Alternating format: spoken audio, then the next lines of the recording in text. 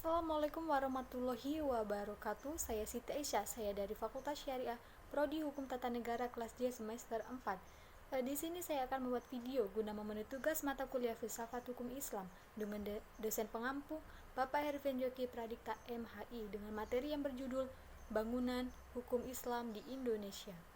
Pertama adalah definisi law dan made law sebagai teori hukum. Hukum Islam dikategorikan sebagai definisi law karena aturan-aturan yang ada di dalamnya dibuat langsung oleh Tuhan untuk mengatur kehidupan manusia di dunia. Bila kita memperhatikan pengertian di atas, betul-betul menampakkan hukum Islam sebagai entitas yang murni, bersifat top down dan melepaskan aspek-aspek historis sosiologi lainnya. Sebagaimana yang dapat kita pahami pula dari kutipan di atas adalah konsep hukum menurut usul fikih pada dasarnya terletak di atas pandangan bahwa hukum itu bersifat keagamaan. Sejak periode yang paling awal sejarah Islam, hukum telah dipandang sebagai keluar dan merupakan bagian dari syariah. Adapun syariah, sebagaimana telah dijelaskan, adalah pola tingkah laku manusia yang diatur Allah Subhanahu wa Ta'ala.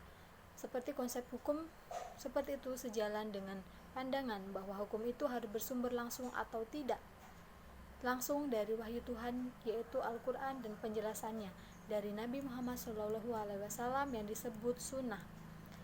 Bila kutipan di atas dikaitkan dengan politik, maka itulah yang disebut dengan nomokrasi negara Islam. Sifat nomokrasi negara Islam menunjukkan kepercayaan terhadap supremasi hukum suci yang menjadi sumber otoritas pemerintahan. Peraturan suci seperti secara inheren memiliki karakter supranatural yang ada dan yang luar biasa, supernatural and extraordinary character. Ikatan-ikatan penyatuan antara agama dan negara dan supremasi hukum suci berasal dari kehendak Tuhan secara bersama-sama menegaskan kembali kewajiban di setiap hamba untuk taat kepadanya. Menurut Kaduri, warga negara Islam adalah hamba Allah dan hukum-hukumnya adalah hukum suci karena ia berasal dari Allah Subhanahu wa Ta'ala, tidak diterapkan oleh manusia. Hukum suci seperti itu adalah pasti benar dan manusia hanya bisa mematuhi karena Allah Subhanahu wa Ta'ala lebih mengetahui dari otoritas maupun terhadap kebutuhan-kebutuhan hambanya. Dalam mentaati hukum, manusia menyadari akan tujuan-tujuan agamanya karena hukum dalam Islam memiliki karakter sebagai sebuah kewajiban religius. Pada waktu yang sama, ia juga memberikan dukungan politik bagi negara Islam, bagi agama Islam. Pada kenyataannya, hukum Islam merupakan perintah Tuhan dan karenanya bersifat mengikat sebagai sebuah cita-cita agama yang berbeda dengan hukum buatan manusia, man-made law, dan dianggap sebagai fenomena sosial yang tunduk pada kebutuhan manusia dan nilai-nilai. Karena alasan itulah hukum dalam pandangan pemikiran Muslim pada kenyataannya bukanlah termasuk kajian yang independen dan empiris. Sebagai implikasi dari kedua faktor tersebut, yakni sifat sucinya dan ikatan yang kuat dengan tradisi-tradisi Islam, hukum Islam berkembang menjadi sebuah hukum yang statis yang bisa dianggap menjadi penghalang bagi terjadinya perubahan.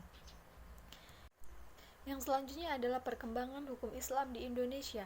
Pada bagian ini kita akan mendiskusikan relevansi epistemologi hukum Islam di Indonesia dengan pembangunan hukum Islam Indonesia dengan pembangunan nasional.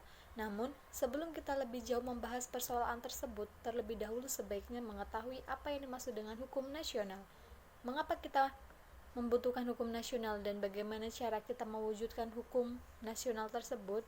Melalui penjelasan terhadap aspek-aspek inilah kita akan mengetahui relevansi epistemologi hukum Islam dengan pembangunan hukum Islam. Pembangunan hukum di Indonesia. Dalam rangka membangun sistem hukum Islam, pemerintahan menerapkan kebijaksanaan untuk memanfaatkan 3 sistem yang eksis living law di Indonesia, yaitu sistem hukum adat Islam dan Barat atau Belanda dan sebagai bahan bakunya. Ketiga sistem hukum sangat berkontribusi dalam pembangunan hukum nasional. Tatanan hukum nasional Indonesia harus mengandung ciri. Yang pertama, berwawasan kebangsaan dan berwawasan Nusantara. Kedua, mampu mengakomodasi kesadaran hukum kelompok, etnis, kedaerahan, dan keyakinan agama. Yang ketiga, sejauh mungkin berbentuk tertulis dan terunifikasi.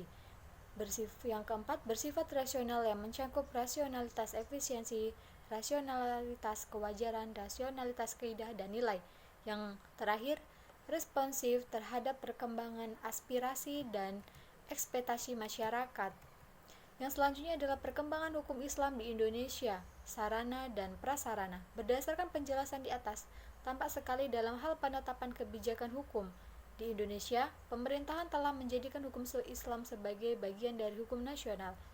Kondisi seperti ini tidak semata-mata terjadi di Indonesia, tetapi terjadi pula di negara berpendudukan Muslim, baik yang memiliki konstitusi Islam maupun yang tidak memilikinya. Sebagai sebuah sistem hukum atau bagian dari sebuah sistem hukum, ia mempunyai teks tertulis dalam bidang-bidang yang dicangkup, memiliki lembaga peradilan sesuai tingkatan-tingkatan yang diperlukan, dan mempunyai alat penegak hukum dan menjalankannya dengan baik. Sekian presentasi dari saya akhiri. Wabillahi taufiq wal hidayah. Wassalamualaikum warahmatullahi wabarakatuh. Terima kasih.